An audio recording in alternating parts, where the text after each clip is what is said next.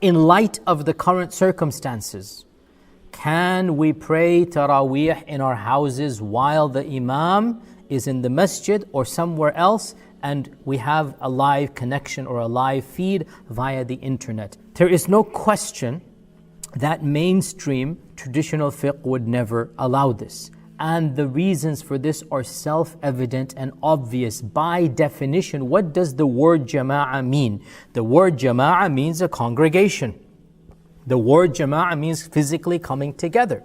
And that is why, by unanimous consensus, of the four schools, I should say, the people that are standing far apart cannot be considered to be one jama'ah. Now, what constitutes far apart? What constitutes the maximum distance between the muqtadi? The muqtadi is the one who's behind the imam, and the imam. What is the maximum distance? Well, the different madhabs have different, connotations in this regard. The Maliki madhab says that, there's no problem if there's a river or a road between the sufuf, and there's a large breaker or something, and there's some still sense of connection. Even if there's a river or a road between them, no problem. Imam al-Kasani, in his famous book Bada'i al-Sana'ah, which is a Hanafi book, one of the earliest Hanafi books, he says that the Hanafi position is that if there's a gap of 2 rows, then the jama'ah is broken. So, roughly 10 feet or so. Don't quote me on the 10 feet, but basically 2 rows, well, more than 10 feet if you want. So, if there's that much of a distance, it is broken. The Hanbalis, in their mashhur position, they said that one should be within visual distance of the imam. And Ibn Qudamah says that even if you're not visual, but at least you can hear or see one of the rows. So even if it's a huge jama'ah and you cannot see the imam, but wherever you are, you can see a row, and that row is visible, you can hear them, then you can be connected. So the point is, each of these madhabs is kind of sort of in its own way, they're saying there's got to be a reasonable distance, and each one of them has a different opinion about what exactly is reasonable. Now, when loudspeakers were introduced, and this is back in the 50s and 60s. So some of our scholars then did become a little bit more, lax, that okay, even if you cannot see the imam, but still it is one connected group. And again, there was some, controversy over what constitutes connected and what is reasonable. But still, nobody said that just because you can hear the imam very, very far away, you can still pray with the jama'ah. There has to be some sense of connectivity.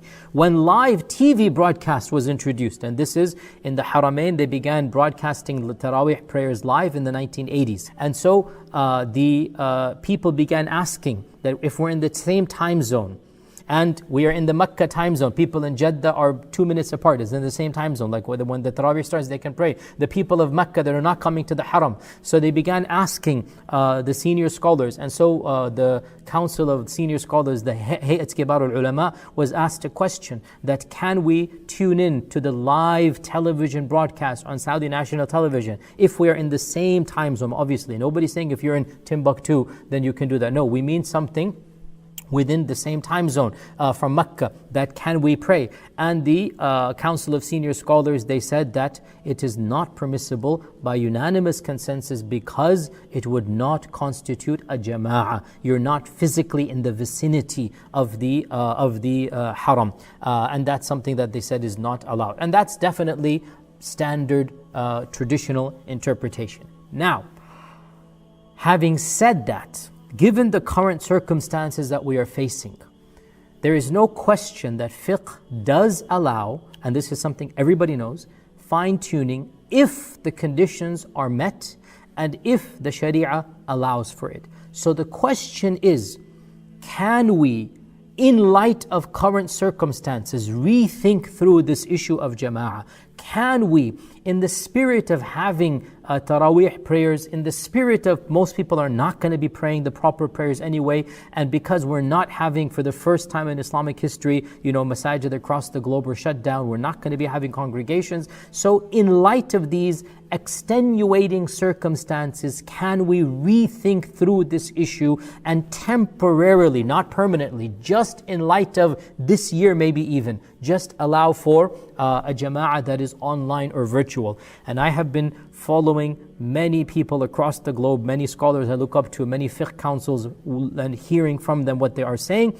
And A number of scholars have allowed this. Most famously, yesterday, Sheikh Muhammad Hassan Waladadu, one of the great allamas in every sense of the term alive, Sheikh Dadu, he did give a very explicit fatwa in which he said that it is permissible, and he said that it is permissible only in light of current circumstances, only as an exception to keep the spirit alive. And he says this is a nazila issue, or it's an issue that basically we're giving in light of today's extenuating circumstance. And there are some other small voices as well. However, and I'm just saying this for information, however, that having been said, please be aware that as far as I know, up until today that I'm giving you this lecture, as far as I know, no fiqh council in any part of the world, as far as I know, has allowed online jama'ah. None of them have allowed this, and they have all said that, yes, true, at times we rethink through fiqh and we can fine-tune, but their perspective is having a jama'ah is not a necessity. So why rethink through the concept of a jama'ah when it is not a necessity? We rethink through when a necessity is being infringed, when something that is haram or halal, when a very big thing. As for Taraweeh, if you pray at home, what's the big deal? If you pray by yourself, what's the big deal? Why do we have to rethink? That's their philosophy. And because of this, and personally, and I have said this many, many times, that I don't feel comfortable personally to give any position or fatwa that is unique. I'd never have in my life given any position that is uniquely my own.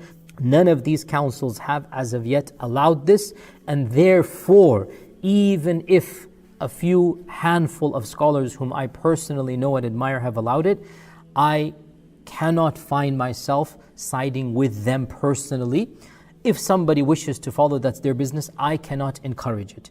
And I find myself hesitant to open this door, and I'm going to stick with what the majority have said in this regard, and that means that jama'ahs cannot take place when you are miles and miles away from the imam. There has to be physical proximity, and this is the position that I personally hold up until now.